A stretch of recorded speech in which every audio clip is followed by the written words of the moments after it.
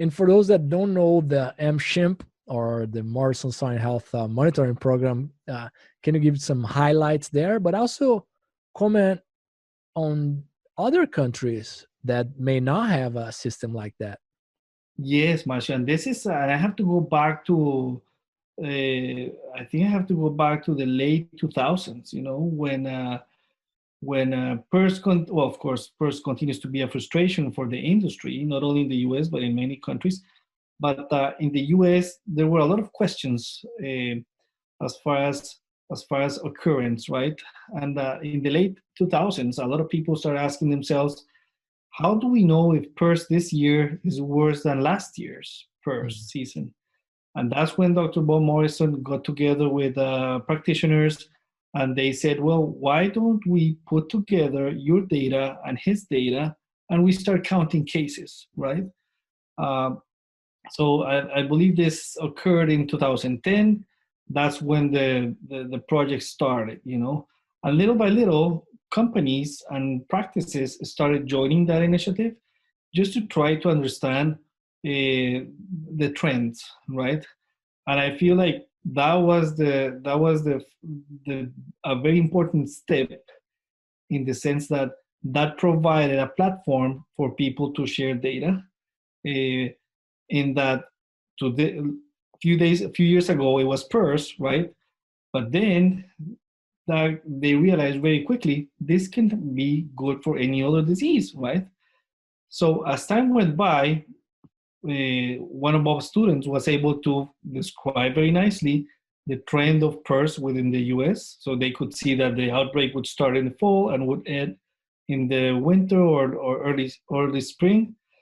So they said, well, since we've been talking about foreign animal diseases, why don't we use this platform that we have created for PRRS for other diseases? And that's when the Morrison Swine Health Monitoring Project actually became way more important, in the sense that a lot of breeding herds were reporting to Dr. Morrison their status on a weekly basis. So that already created a system that was working. It continues to be voluntary, and people just tell, hey, my farm 37 broke with this type of PRRS. And that was, I think, the main piece of information that everybody was looking for, because now you know when to be careful with the biosecurity procedures, whether you need to start fine-tuning your procedures. But not until 2013, when PED struck in the US, that's when they said, well, here it is. We're going to put this tool to test, right? And again, the same thing happened. So at that time, Dr. Morrison had the opportunity to say, okay, why don't you report to me if you have cases or not?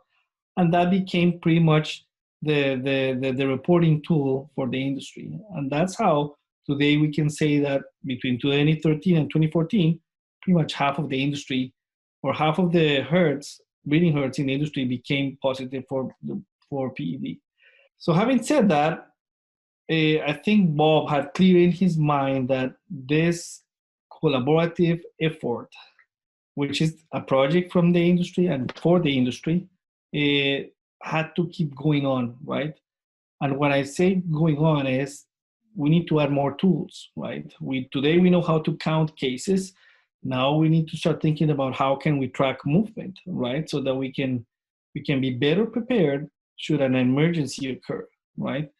On top of that, we are also working with sequences, right? To try to help producers understand disease spread, because a lot of people are doing a lot of testing and sequencing, but not everybody has the opportunity to go out there and compare those sequences in time and space. We have that capability today, and we've actually put out some abstracts out there.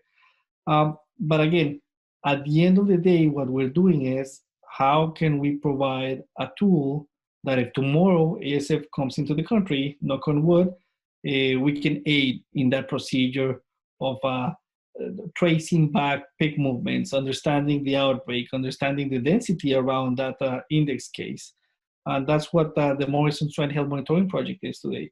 A tool that provides you valuable information from an endemic disease standpoint, but it also works towards being ready should an emergency like ASF outbreak occurs, which I hope we don't have to test the project with ASF.